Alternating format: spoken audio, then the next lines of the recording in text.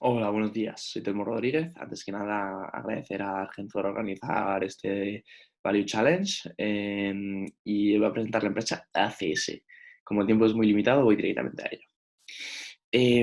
Podemos ver, voy a hacer esta presentación basándome sobre todo en datos, ya que la última vez la hice poniendo los datos en un papel, en este nuevo formato. Y aquí pienso que lo vais a poder ver mucho mejor, aunque a mí a lo mejor se me va un poco peor. em, Va a ser más fácil para entenderlo porque si no, entender todos los gráficos que voy a mostrar va a ser un poco más complejo. Vale, vamos a empezar por los coeficientes de caja, ¿vale? Como podemos ver, el coeficiente de caja de ACS es, bueno, antes de todo, ACS es una constructora muy grande, creo que todos la conocemos, y vamos a ver por qué tiene muchas ventajas frente a otras empresas del sector de la construcción o incluso de otros sectores. Vale, el coeficiente de caja vemos que la caja corriente es elevado, el coeficiente de caja real no mucho y exceso por caja nulo.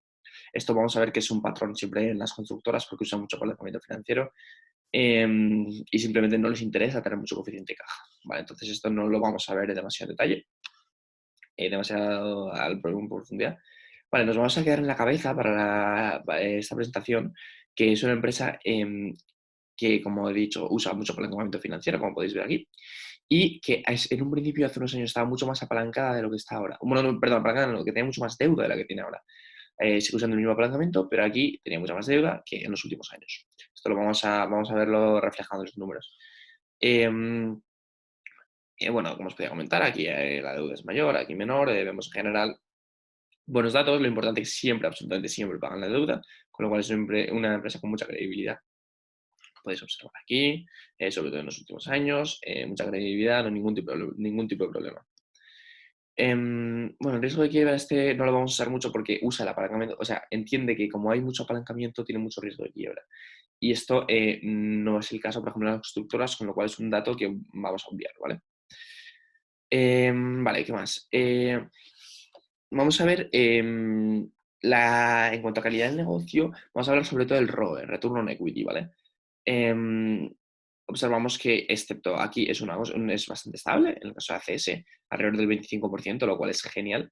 Y si os preguntáis, "Uy, ¿cómo consigo un ROE tan alto?", tal, es por el apalancamiento financiero. Al final, como ya sabemos, si tú pones 20 y te apalancas con 80 y luego a los 5 años vendes por 120 y has conseguido, por ejemplo, quitarte la mitad de la deuda o una cosa así, has convertido 20 en, digamos, en 60 o en cosas así. Esto es un caso exagerado, esto sería más un caso tipo un private equity o cosas así, pero esa es la teoría que hay detrás. Entonces, por eso usamos un apalancamiento, para conseguir un buen ROE. Vemos aquí un ROE excelente. Vemos datos muy extremos también. Esto es precisamente apalancamiento. Puede hacerte un más 30 y 2 años después hacerte un menos 24.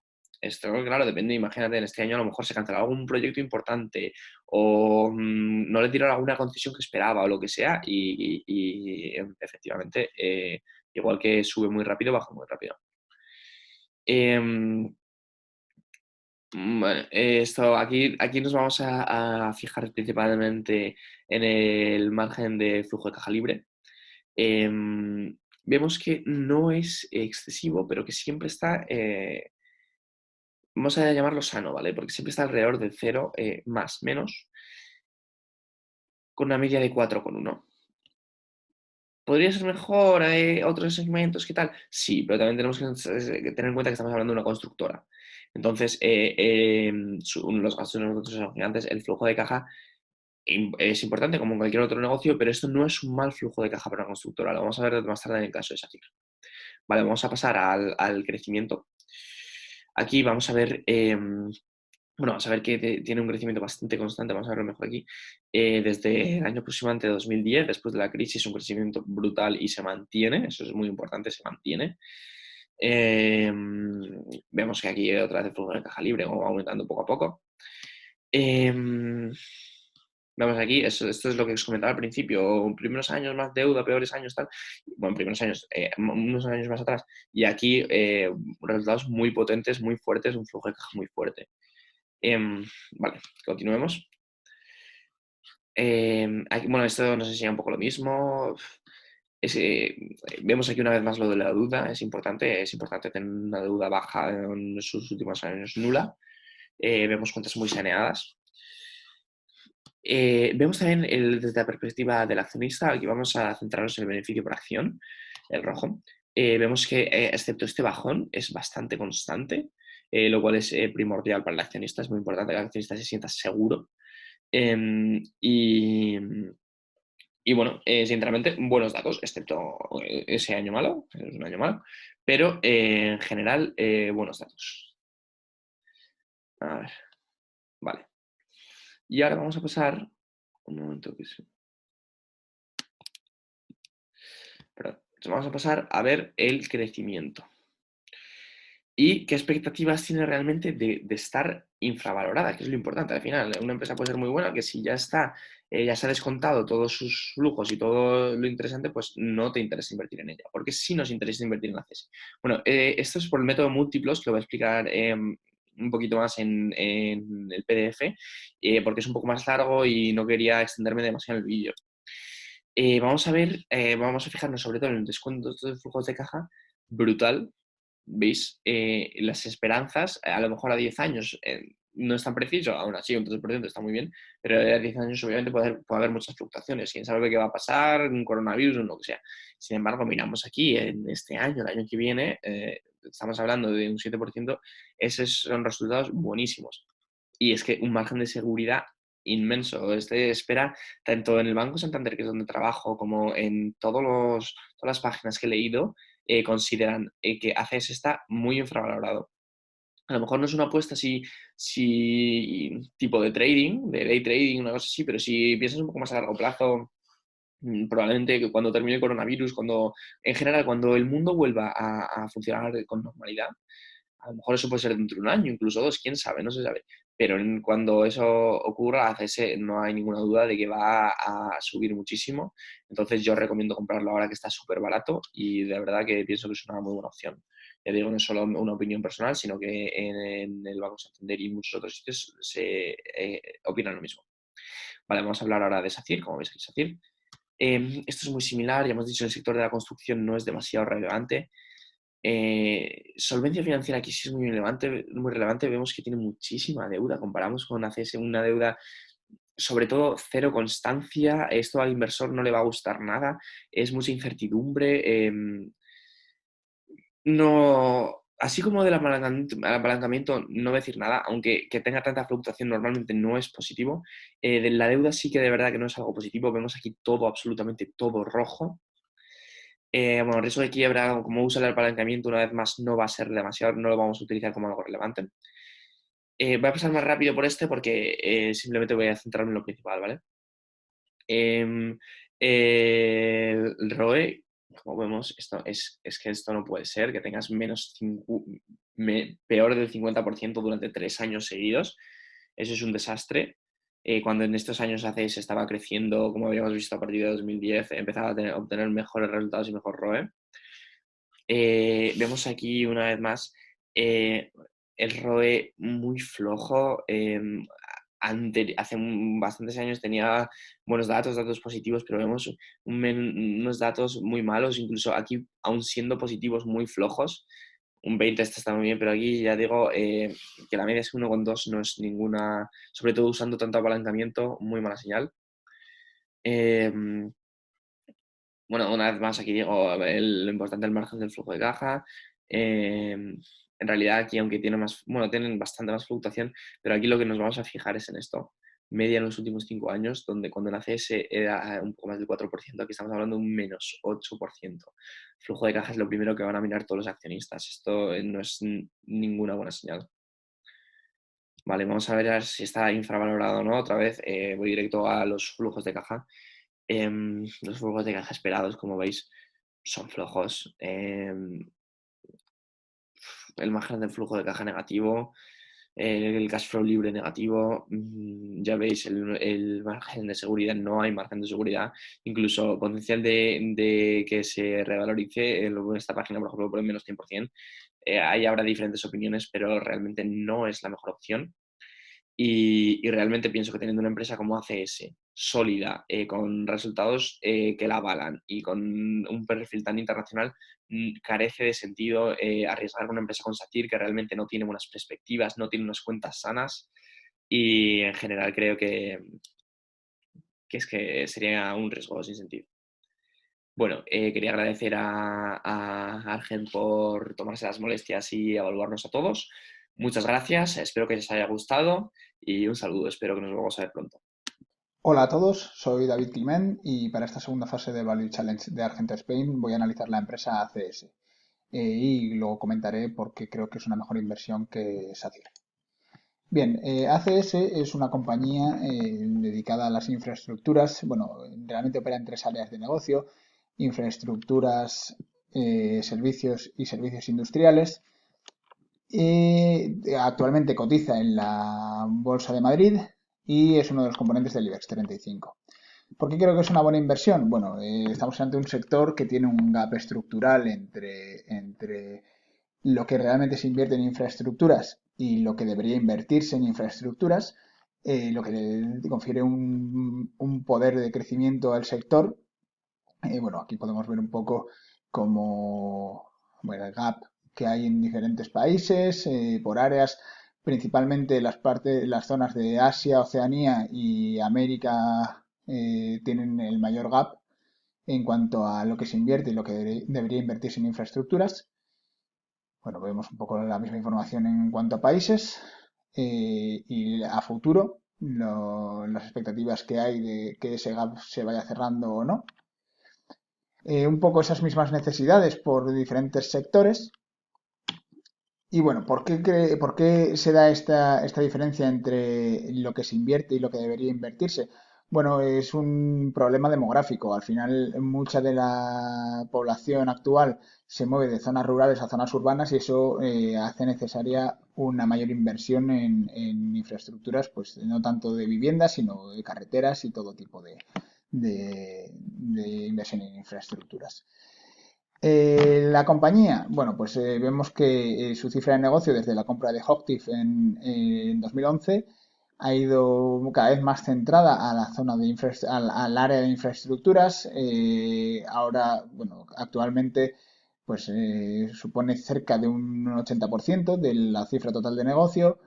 Hay otro 15% que sería la cifra relativa a servicios industriales y otro 5% que sería la parte de servicios en cuanto a lo que sería cifra de negocio. Si vemos esta evolución en cuanto a EBIT, vemos que cada vez más, y ya desde 2011 ha ido creciendo lo relativo a infraestructuras en cuanto al total del EBIT, la, la parte relativa a servicios es cada vez menor y bueno, también se ha ido reduciendo la parte relativa a servicios industriales. Sobre su evolución geográfica, vemos como cada vez se ha ido centrando más en el área, pues en América. Hay que decir que ACS es actualmente la empresa más internacionalizada en cuanto a todas las empresas de infraestructuras a nivel mundial. Y bueno, también vemos como gran parte de la cifra de negocio es la relativa a la que viene de Asia-Oceanía. Sobre sus márgenes, pues vemos que son unos márgenes bastante estables en las tres áreas de negocio, excepto los años que, bueno, después de la crisis, luego vemos cómo se ha mantenido más o menos ese margen EBIT y es un negocio bastante estable en ese sentido. Su deuda neta total se ha reducido desde cerca de 9.000 millones a prácticamente cero. Ahora tiene una deuda neta de 54 millones, pero bueno, vemos que eso es prácticamente cero. Y han hecho un gran esfuerzo para reducir toda esa deuda. Y vemos que, bueno, en cuanto a construcción, pues la deuda neta es negativa. Sobre los competidores, bueno, las diferenciaciones que se hacen entre distintos tipos de competidores en los diferentes estudios que hay atienden a dos factores. Por un lado, el total de cifra de negocio de infraestructuras sobre el total de cifra de negocio y por otro lado, la internacionalización de las empresas. En ese sentido vemos que ACS, pues el total de cifra de negocio relativo a, bueno, la parte que no es de infraestructuras, entra dentro de la que supone poca parte, poco porcentaje del total de cifra de negocio. Y vemos, como ya decía antes, como adelantaba antes, que es un alto porcentaje de internacionalización. Por eso sus competidores son, pues, bueno, los que veis aquí redondeados. Eh, los diferentes ratios con respecto a sus competidores, pues se puede ver la línea punteada sería ACS, como ACS no parte de ser la mejor en ese sentido, pero acaba siendo de entre las mejores, que es algo que se va a seguir viendo en el resto de ratios, ¿no? Como ACS al principio de, digamos, de la década no era de las mejores, y como ahora sí que está en el primero o el segundo puesto en todos los ratios que hemos analizado. Aquí se puede ver también SACIR como, aunque haya hecho un gran esfuerzo, pues sigue teniendo un ratio de deuda neta EBITDA de un 7, 7 y pico. En cuanto a ROA, pues lo que comentaba antes, ¿no? Vemos 2011 como es prácticamente la que peor retorno sobre activos tiene y como en la actualidad es la segunda mejor de todos sus competidores directos, que serían empresas, ya digo, más internacionalizadas y que la cifra de negocio que aporta la parte de infraestructuras sería la principal dentro de o superior a un 50% del total de cifra de negocio. En cuanto al ROE, pues lo mismo. Sí que es verdad que hubo un año ahí que vemos en 2012 que tuvieron un retorno negativo y por eso pegarse el bajón, pero bueno, se ve que parte de no ser la mejor y como actualmente sí que es la segunda que mejor retorno sobre fondos propios tiene. El roce, pues más de lo mismo, no era la mejor, pero vemos que actualmente sí que es de las mejores. Y el retorno sobre el capital invertido, pues sí que como ha ido en aumento.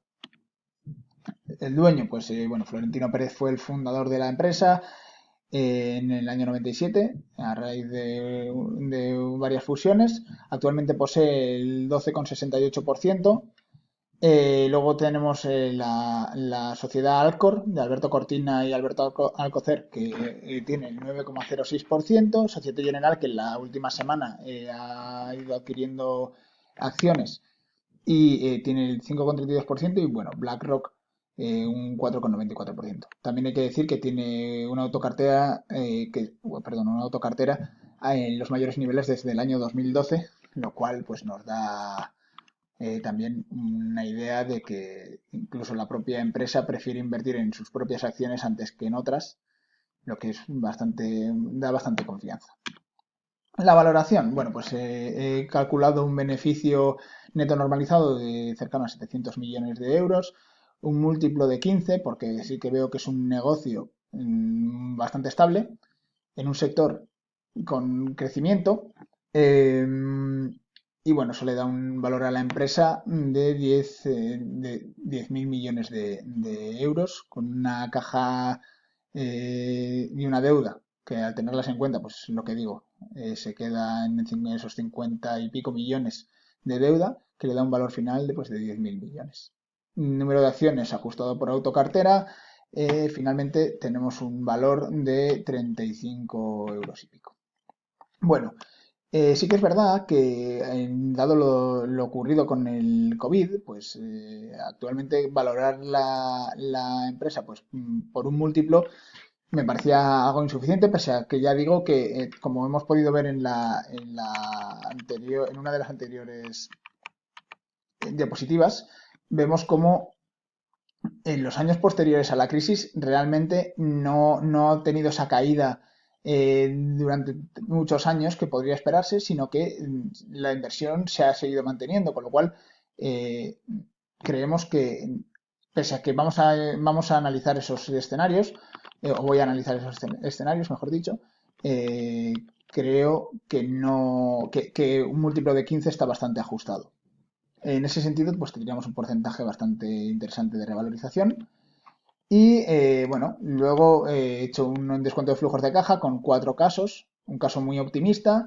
Hay que decir que, bueno, al final la inversión en infraestructuras se basa también en el PIB y lo que he hecho ha sido estimar en diferentes casos de PIB, pues un caso muy optimista en el que el PIB prácticamente no desciende por todo el riesgo que conlleva o la crisis actual del COVID y luego va creciendo a unas tasas bastante interesantes. Un caso optimista en el que el PIB baja más y crece menos en los siguientes años. Y luego, bueno, un caso base en donde baja todavía más y un caso pesimista en el que baja todavía más y unos crecimientos, pues eso, peores. Y aun teniendo en cuenta diferentes tasas de descuento y diferentes crecimientos, vemos que el precio más bajo que nos da el caso más optimista, perdón, más pesimista, con una tasa de crecimiento menor y con una tasa de descuento mayor, nos da un precio objetivo de 25,32, lo cual está bastante bien teniendo en cuenta que actualmente cotiza a 20,85. En resumen, pues es un sector, lo que ya vengo comentando, un sector con posibilidades de crecer, una empresa estable dentro de ese sector. Vemos cómo la compañía se ha ido centrando en las áreas geográficas que tienen más gap en cuanto a lo que se está invirtiendo y las necesidades, con lo cual tienen más margen para crecer. Tienen una estructura financiera saneada y cómo esos ratios van mejorando a lo largo de los años. Y bueno, que esta es una empresa infravalorada actualmente. Contra SACIR, pues bueno, SACIR sí que es verdad que tiene mejores márgenes en algunos casos, pero bueno, tiene una deuda neta EBITDA de 7,22 veces, lo cual comparado con el 0,02%, 0,02 veces EBITDA de la deuda de ACS, pues la verdad es que me parece que tiene un alto riesgo. Los ratios de eficiencia sí que son peores y no está tan internacionalizado. Con lo cual, SACIR actualmente el 49% de su negocio está centrado en España, otro 17% en Italia. Entonces, bueno, está muy centrado, aunque tenga parte del negocio también en Sudamérica, está muy centrado en Europa, que es el área geográfica con menor capacidad de crecimiento. En ese sentido, creo que ACS es una mejor compañía.